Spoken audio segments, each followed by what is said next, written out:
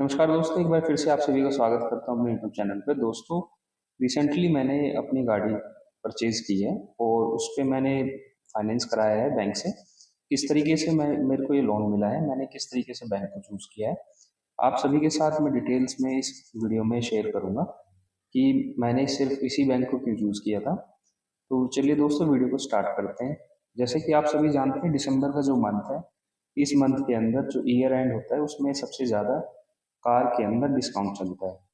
तो अपने फाइनेंस के हिसाब से, अपनी पॉकेट के हिसाब से आप लोगों को जाके अपनी जो भी कार जो आपको बाई करनी है वो आप कर सकते हैं, क्योंकि आपको इस टाइम सबसे ज़्यादा डिस्काउंट मिल रहा है। वैसे आप चाहें तो आपको जहाँ से आप कार बुक कर रहे हैं वहाँ भी आपको फाइनेंस की सुविधा मिलती है। आपको अगर प्रॉब्लम आती है तो बेटर है कि आप लोग जाके सीधा शोरूम वालों से ही बोलो कि वो आपको फाइनेंस प्रोवाइड कराएं। क्योंकि मेरा एक्सपीरियंस है तो मैं खुद अपने लेवल पे फाइनेंस कराने जा रहा था, इसलिए मैंने शोरूम वालों को मना कर दिया था कि जो फाइनेंस पार्ट है वो मैं खुद मैनेज करूँगा। और मैं ये सिर्फ आप लोगों को सबको बताना भी चाहता हूँ कि आप किस तरीके से जो कार लोन है वो अपने आप से खुद भी मैनेज कर सकते हो। क्योंकि जो शोरूम में मुझे जो फाइनेंस के लिए बताया गया था, उन्होंने मुझे एचडीएफसी बैंक का ऑप्शन दिया था। और जो एचडीएफसी बैंक का मुझे रेट ऑफ इंटरेस्ट उन्होंने बताया था वो 9.1 बताया था। उन्होंने बोला कि ये जो रेट ऑफ इंटरेस्ट रहेगा ये आपका फिक्स्ड रहेगा। तो एक्चुअली मैं आपको एक चीज़ और बता देता हूँ, जो कार लोन जब भी हम बाई करने चाहते हैं तो हमें दो टाइप के रेट ऑफ इंटरेस्ट मिलते हैं। एक फिक्स्ड होता है, एक फ्लोटर होता है। जैसे कि आप लोग जानते हैं कि टाइम टू टाइम बेसिस पे, मार्केट बेसिस के ऊपर आरबीआई जो है वो अपनी रेपो रेट्स को इंक्रीज और डिक्रीज करते रहते हैं, जिनका सीधा इफेक्ट हमारे होम लोन पे और कार लोन पे आता है। तो इस वजह से उन्होंने मुझे फिक्स्ड रेट ऑफ इंटरेस्ट जो बताया था 9.1 बताया था। और अगर हम मार्केट में बात करें तो सबसे जो चीप रेट ऑफ इंटरेस्ट पे जो कार लोन प्रोवाइड हो रहा है वो बैंक ऑफ बड़ौदा से हो रहा है। और उसके अलावा जो प्राइवेट बैंक हैं वो थोड़ा सा रेट ऑफ इंटरेस्ट उनका हाई मिलता है। और एनबीएफसी का तो फिर आपको ना उनके साथ नेगोशिएशन करनी पड़ती है बैठ के। वो आपको 13% भी बोल सकते हैं, 15% भी बोल सकते हैं। और जो लास्ट टू लास्ट वो आपको ऑफर करेंगे वो आपको 11% से नीचे वो आपको कार लोन प्रोवाइड नहीं करेंगे। एनबीएफसी से सिर्फ वो लोग ही कार लोन ले सकते हैं, आई मीन ले तो सभी सकते हैं, पर उन लोगों के लिए ही मिलेगा जो जिनके सिविल में थोड़ी बहुत भी प्रॉब्लम है। अगर आपके सिविल में थोड़ा प्रॉब्लम है, अगर कोई डिफॉल्ट है या रिसेंटली आप डिफॉल्ट क्लियर किया है, तो आपको एनबीएफसी से ही लोन मिलेगा। और इसके लिए आप थोड़ा सा ये ध्यान रखना कि एनबीएफसी से लोन लेना आसान है, पर अगर गलती से उनकी पेमेंट आपसे नहीं हो रही है, उनकी ईएमआई नहीं दी जा रही है, तो वो आप लोगों को बहुत ज़्यादा परेशान करेंगे। और उनसे ना थोड़ा सा मतलब लाइक किसी भी तरीके से सेटलमेंट करना ना एनबीएफसी की बड़ी टफ होती है, क्योंकि वो मेंटली आपको इतना हरास करेंगे कि आपको कुछ समझ ही नहीं आएगा। तो सबसे बेस्ट जो है, पहले तो आप गवर्नमेंट बैंक की तरफ ट्राई कीजिए। इन केस अगर आपको गवर्नमेंट बैंक से नहीं मिलता है तो आप प्राइवेट बैंक के पास जाना। प्राइवेट बैंक में सभी बैंक इक्वल है मेरी नज़र में, मैं किसी को प्लस या माइनस नहीं बोल रहा हूँ। और इस वीडियो में मैं किसी भी बैंक की या एनबीएफसी की किसी की भी कोई बुराई नहीं कर रहा हूँ। सिर्फ अपना एक ओपिनियन है, वो मैं पॉजिटिव वे में आप लोगों के साथ डिस्कस करूंगा। जब मैंने गाड़ी की बुकिंग कराई, मैंने बुकिंग अमाउंट बैंक शोरूम में देने के बाद मैंने उनसे सिर्फ उनसे कोटेशन ली कि आप मुझे कोटेशन प्रोवाइड कीजिए, क्योंकि जो फाइनेंस पार्ट था वो मैं खुद सेल्फ मैनेज करने जा रहा था। उन्होंने जब मुझे कोटेशन मेरे को बना के दे दी गाड़ी की, तो मेरे माइंड के अंदर सिर्फ ये क्वेश्चन थे कि मुझे अब किस बैंक को अप्रोच करना है। क्योंकि अब आप ऐसे नहीं कर सकते हो कि आपको एक बैंक के पास गए वहाँ रिजेक्ट हो गए, दूसरे के पास गए वहाँ रिजेक्ट हो गए, तीसरे के पास गए वहाँ रिजेक्ट हो गए, तो आपको शोरूम वाले भी लोन नहीं करा पाएंगे। इस बात का आप ध्यान रखना, अगर सेल्फ मैनेज कर रहे हो तो आप इतने श्योर होने चाहिए कि आप फिर लोन बैंक से ले पाओ।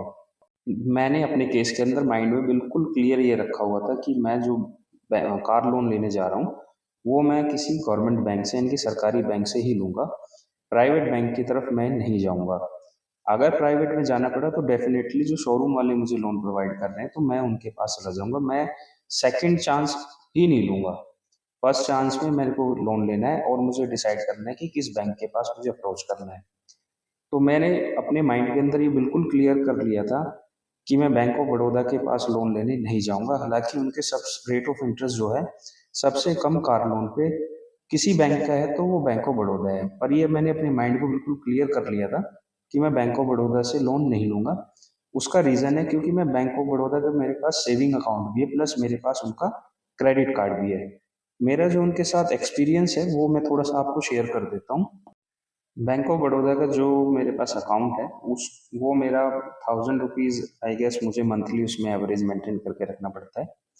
और उस अकाउंट को मैंने इस तरीके से भी यूज़ किया हुआ है कि उसके अंदर मैंने 30,000 भी मैंने मंथली मेंटेन करके देखा है, वो भी क्वार्टर बेसिस पे कर किया हुआ है। ऐसा नहीं है 1 महीने 2 महीने, 6 महीने भी ऐसे किया हुआ है। पर बैंक ऑफ बड़ौदा का जो मेरे पास क्रेडिट कार्ड है उसकी लिमिट 40,000 है।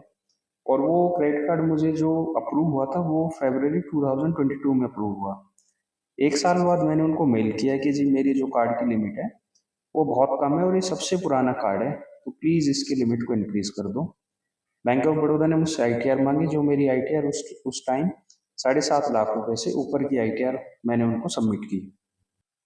उन्होंने जो किया मेरे साथ, उन्होंने 1 साल पूरा कार्ड प्रॉपर टाइमली पेमेंट के साथ, मैंने उसकी लिमिट को मैक्सिमम भी यूज़ किया, मैंने उसकी लिमिट को ऐसा भी कार्ड को 1-2 महीने बिल्कुल भी यूज़ नहीं किया, मतलब हर तरीके से लोन ईएमआई सब लेके उस कार्ड के ऊपर उन्होंने जो मेरी लिमिट इंक्रीज़ की वो ओनली 8,000 रुपीज़, यानी कि 20% उस कार्ड की लिमिट इंक्रीज़ की।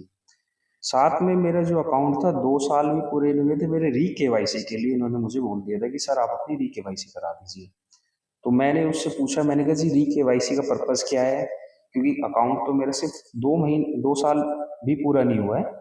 तो उन्होंने मेरे को बोला जी आरबीआई की कोई न्यू गाइडलाइन आई है, जो बैंक किसी कस्टमर को हाई रिस्क में रख रहा है तो उसकी री केवाईसी करनी मैंडेटरी है 2 इयर्स के अंदर अंदर।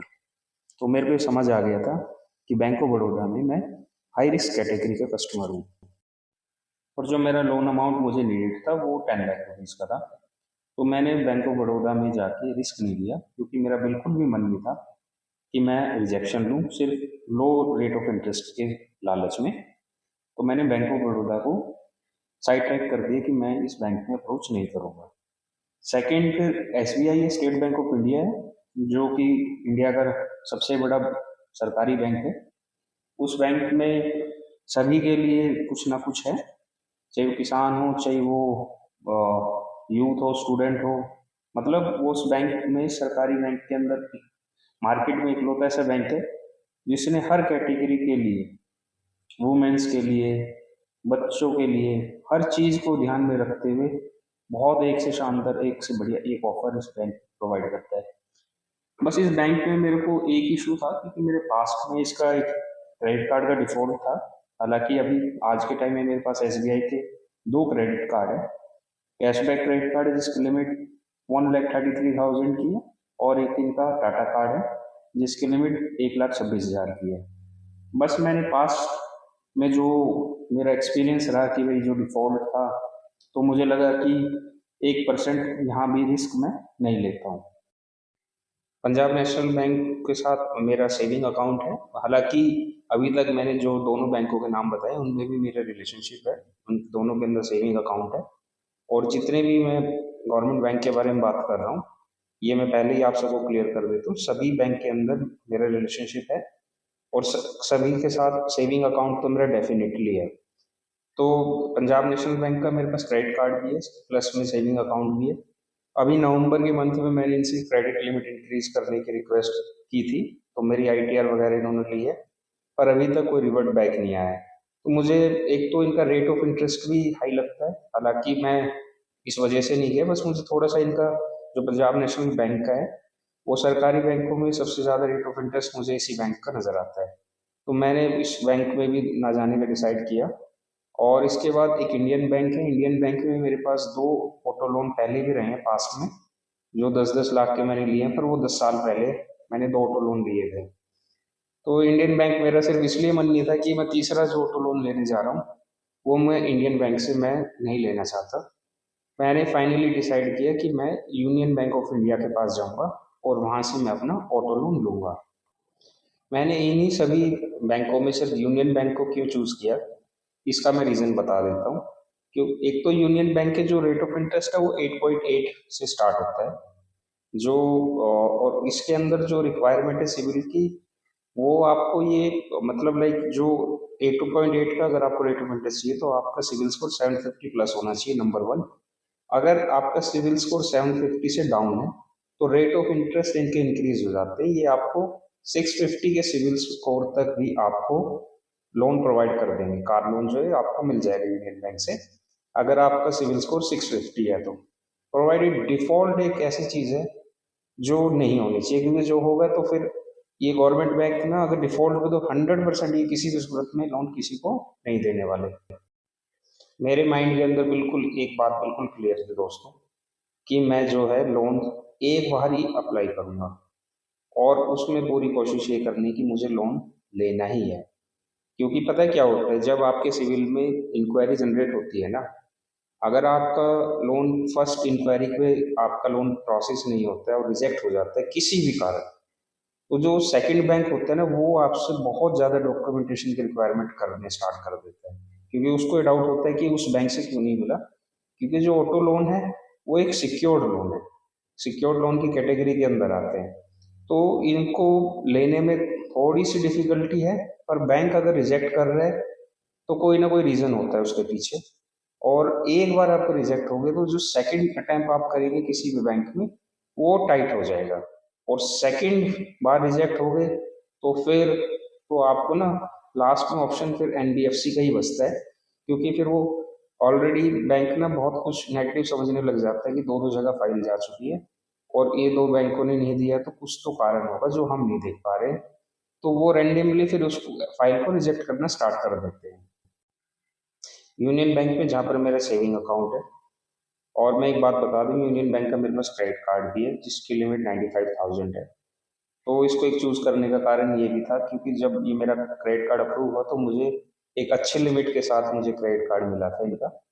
तो मैंने सोचा कि चलो यूनियन बैंक के पास चलते हैं।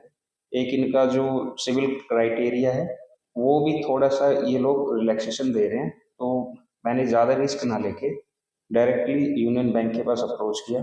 क्योंकि मुझे आप भाइयों के लिए भी वीडियो बनानी थी कि अगर ऑटो लोन को सेल्फ मैनेज करना है तो वो किस तरीके से हम लोग मैनेज कर सकते हैं, क्या क्या चीज़ें हम लोगों को माइंड में रखनी है कि हम जब सेल्फ ऑटो लोन के लिए जाएं तो मैं मेरा पर्पज़ है कि मेरा जो काम है वो बेसिकली लोन्स एंड कार्ड्स के बारे में है। तो मुझे ये भी था कि आप लोगों को थोड़ा गाइड भी करना था, और साथ साथ में मुझे अपना जो केस है वो रिजेक्ट भी नहीं करवाना था। हाई रेट ऑफ इंटरेस्ट भी मुझे नहीं चाहिए था। तो इस वजह से मैंने यूनियन बैंक के पास गया और मैं मेरा जहाँ अकाउंट है ब्रांच मैनेजर के पास मैं बैठा। मैंने उनसे कहा कि मुझे कार लोन की रिक्वायरमेंट है। तो मैनेजर ने मुझसे पूछा कि इससे पहले आपने कभी कोई लोन लिया है? मैंने कहा जी मेरे पास यूनियन बैंक के क्रेडिट कार्ड है, और पास्ट में मेरे पास ऑटो लोन था, पर वो आई मीन 10 साल पहले मतलब 2016 में मैंने उनको क्लोज करा दिए दो, एक को 14 में और एक को 16 में। तो मैंने उनको बताया कि उसके बाद कोई बहुत बड़ा अमाउंट का लोन मेरे सिविल में नहीं है। तो यूनियन बैंक के मैनेजर ने मुझसे मेरी डिटेल ली, मेरी अकाउंट की उन्होंने डिटेल मांगी। मैंने उनको अपना अकाउंट नंबर उनको प्रोवाइड कराया। तो अकाउंट बेसिस पे तो उन्होंने मुझे बोला कि जो आपकी जो हमारे साथ जो अकाउंट में जो रिलेशनशिप दिख रही है उसके बिहाफ में लोन मिलना मुश्किल है, पर हाँ अगर आप हमें अपनी आईटीआर प्रोवाइड करा देंगे तो हम एक बार उसको देख लेते हैं। तो मैंने उनसे पूछा जी आपको क्या क्या डॉक्यूमेंट आपको चाहिए, आप मुझे बता दीजिए, मैं वो सारी डिटेल आपको प्रोवाइड कर देता हूँ। उनके द्वारा बताई गई सभी चीज़ें मैंने 1 घंटे के अंदर उनको प्रोवाइड कर दी, और मेरे पास तकरीबन 1:30 या 2 बजे के बीच बैंक मैनेजर का कॉल आया कि वो मुझे लोन प्रोवाइड कर सकते हैं, मैं लोन के लिए एलिजिबल हूँ, अगर मैं इंटरेस्टेड हूँ तो वो आगे प्रोसेस करेंगे। मैंने उनको अपना कंसर्न दे दिया कि ठीक है जी मैं लोन लेने के लिए रेडी हूँ। उन्होंने मुझे इवनिंग तक ड्राफ्ट बना के मेरे हाथ में दे दिया कि आप जाइए अब गाड़ी अपनी जाके वहाँ से ले आइए। और जो लोन अमाउंट था 10 लाख रुपए का वो मेरे को मिल गया था। मैं आपको अब सैंक्शन लेटर दिखा देता हूँ यूनियन बैंक का, जो मेरे पास उन्होंने भेजा था व्हाट्सएप पे।